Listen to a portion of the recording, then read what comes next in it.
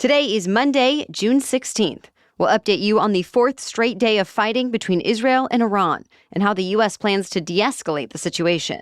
And President Trump's big military parade in D.C. was overshadowed by nationwide mass protests and some tragic political violence. Plus, severe storms got in the way of big events. Prices are constantly changing for a few popular attractions, and which British celebrities just became knights. Those stories and even more news to know coming up.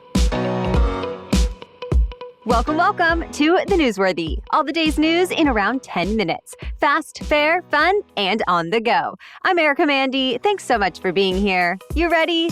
Let's do this. For a fourth day now, Israel and Iran are launching missiles at each other. Out of the hundreds of missiles launched by both sides, nearly 24 have been able to get through Israel's Iron Dome. Reuters reports Iranian missiles even struck Israel's Tel Aviv near the American embassy, as well as the port city of Haifa.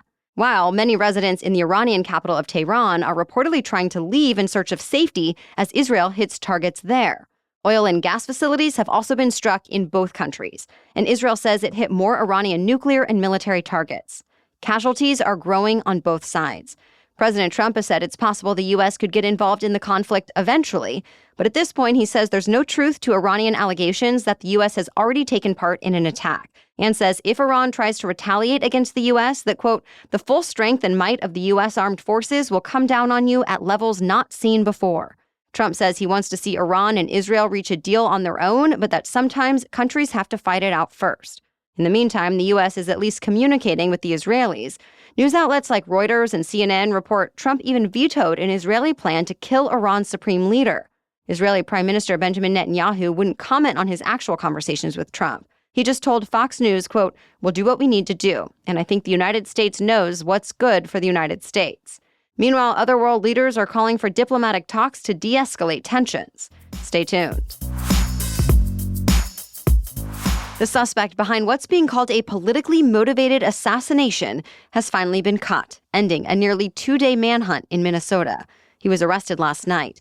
He's accused of killing the top Democratic lawmaker in the Minnesota House of Representatives, Melissa Hortman, and her husband in their home. Another Democrat, State Senator John Hoffman, and his wife were also shot at their home, but are expected to survive. As of this morning, authorities have not said exactly why the Minnesota suspect chose his targets, but they say they found a hit list with nearly 70 names in the suspect's car, and most of the names on the list were Democrats or figures with ties to abortion rights. Investigators say they're confident the gunman acted alone. Authorities got help from more than 400 tips from the public, as well as 20 different SWAT teams and hundreds of detectives. Now, community members are being encouraged to offer any information they think may help to complete the investigation.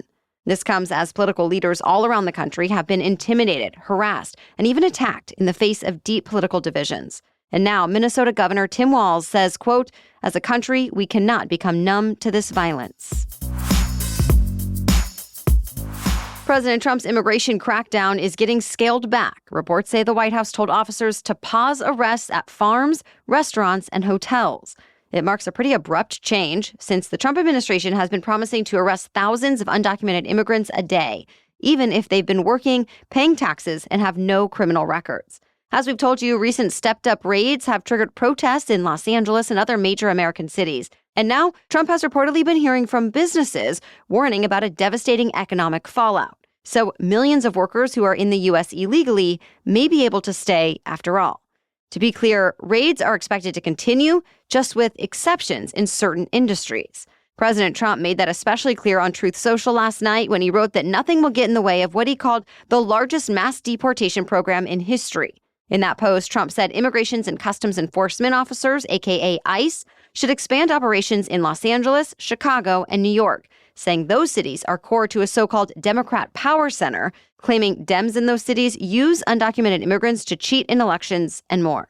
So far, leaders of those cities have not responded to this exact post, but in the past, they've defended their policies, saying they're focused on better policing, community trust, and due process.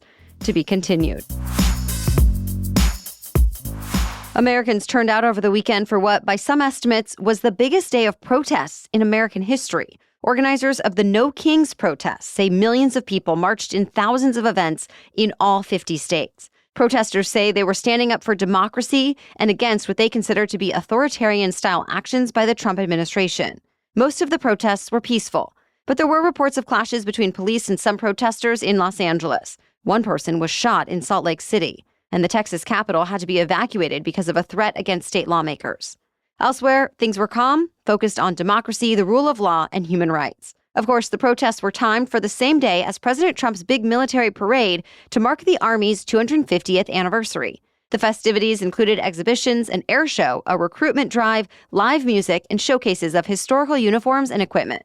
Trump himself gave an 8-minute speech in which he said, quote, "Every other country celebrates their victories. It's about time America did too." The White House said 250,000 people came to watch, though news outlets like the AP say the actual attendance was well below that.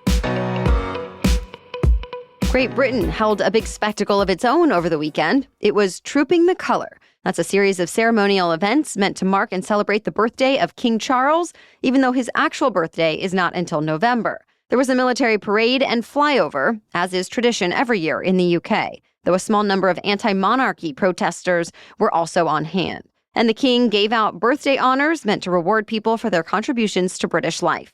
This year, those honored included former England soccer captain David Beckham, Oscar-winning actor Gary Oldman, and The Who frontman Roger Daltrey.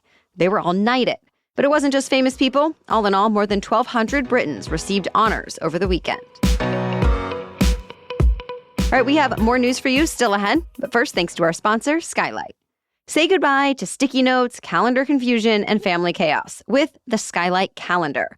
It is here to keep your family organized. It is a beautifully designed, all-in-one smart calendar that syncs seamlessly with Google Calendar, Apple Calendar, Outlook, and more, giving you customizable views for daily, weekly, or monthly planning. And listen, I'm not usually the best planner or the most organized, so I can tell you from experience, this can make a difference for your family regardless. You'll become better at managing events, chores, grocery lists, and meal plans. And best of all, it's not meant to be managed just on your own. The Skylight calendar makes it easier for everyone in your family to know what's going on and to do their part. Plus, I use the companion app every day to help add recipes and to-dos, update events, and so much more.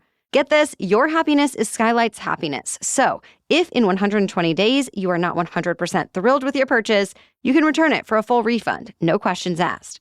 Plus, right now, Skylight is offering our listeners $30 off their 15-inch calendars by going to skylightcal.com/newsworthy. Go to skylightcal.com/newsworthy to get $30 off your 15-inch calendar. That is skylightcal.com/newsworthy. Now, back to the news. Today, President Trump and other world leaders are in Canada for the G7 summit. Remember, the group of 7 includes some of the world's biggest economic powers.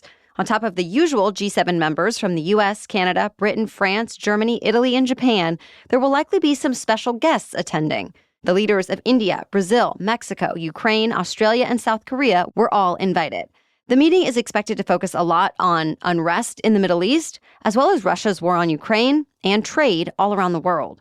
But it could be difficult for the leaders to find unity. In what could be a sign of that difficulty, the AP reports, as summit host, Canada's new prime minister has decided not to issue a joint statement at the end of the meeting like usual. Stay tuned.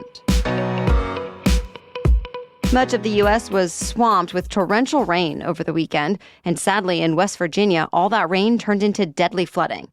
Officials in the northern part of the state say up to 4 inches of rain fell within just half an hour on Saturday night. At least 5 people died, and rescue crews are searching for others still missing. Meanwhile, survivors are working on cleanup. Homes, roads, and bridges were destroyed, and authorities are assessing damage to natural gas lines and other infrastructure.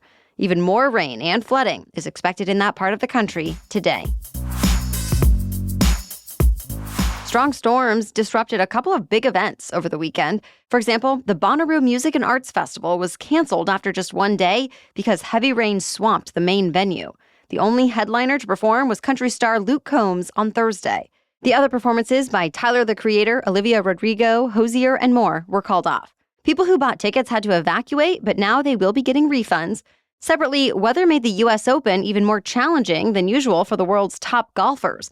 Yesterday's final round included steady rain and a 96-minute weather delay. But in the end, it was won by J.J. Spaun, marking his first major victory. Spaun finished the tournament as the only golfer with a final scorecard under par. And with that, he took home $4.3 million, the biggest payday of his career. The movie How to Train Your Dragon just became the latest live-action remake to dominate the box office. It brought in $198 million globally on its first weekend out. Meanwhile, Disney's Lilo and Stitch is still drawing crowds 4 weekends in, and now it's surpassed $850 million worldwide.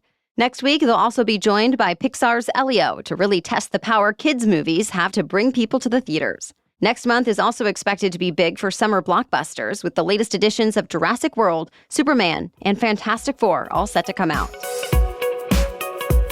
That's it for the main news, so now it's time for Money Monday, when we talk about one interesting money-related news story. But first, the Newsworthy is brought to you by Fatty 15. Okay, I admit it, I've felt some effects of getting older, and honestly, it's surprised me. I didn't think I'd already be feeling things like a sore back or stiff joints at times. So I'm doing everything I can for my long-term health and wellness, which is why I'm excited about our new partner, Fatty 15. Based on over 100 studies, there's information that says C15 strengthens our cells and is a key longevity-enhancing nutrient. In fact, Fatty 15 explains that when our cells don't have enough C15, our cells age faster. And when our cells age, our bodies age too. Fatty 15 is a science-backed, award-winning, vegan, 100% pure C15 supplement that is said to have 3 times more cellular benefits than omega-3 or fish oil. It's vegan-friendly and free of flavors, fillers, allergens, or preservatives. Truly, there's no flavor or fishy aftertaste in this pill. I appreciate how easy it is to take in the mornings and has absolutely become part of my daily routine. Fatty 15 is on a mission to optimize your C15 levels to help you live healthier longer. And right now, you can get an additional 15% off their 90-day subscription starter kit by going to fatty15.com/newsworthy and using the code newsworthy at checkout. Again, get an additional 15% off their 90-day subscription starter kit by going to fatty15.com/newsworthy and using code newsworthy at checkout. Now back to Money Monday. So how much it costs to visit museums, zoos, aquariums, or other attractions this summer might change every time you try to go. That's because many of them are embracing a new pricing model. A tourism market research and events firm called Arrival found 17% of attractions now use variable pricing, meaning fees are adjusted based on things like the day of the week or the season. And 6% use dynamic pricing that's influenced by historical and real-time data on weather, staffing, demand, and more. For example, Zoo New England says there are almost 24 different factors to take into account before deciding what to charge guests. For some attractions, the pricing plan is a way to make ends meet. The American Alliance of Museums says barely half of museums, zoos, science centers, and similar institutions have fully recovered to their pre-pandemic attendance levels, and costs seem to be going up, no matter what pricing model gets used. But the Alliance says it's actually not just about money, that data-driven pricing especially can help avoid overcrowding, steering guests toward dates that are both cheaper and less busy. Also, if you're watching your budget this summer, keep in mind there are plenty of museums and other attractions that are free year-round. And there are other ways to get good deals too, like there are senior and military discounts. Some local libraries even have museum passes that cardholders can check out, and more. Thank you so much for joining us today and for your support of the show. We'll be back with even more news to know tomorrow. For now, have a great day.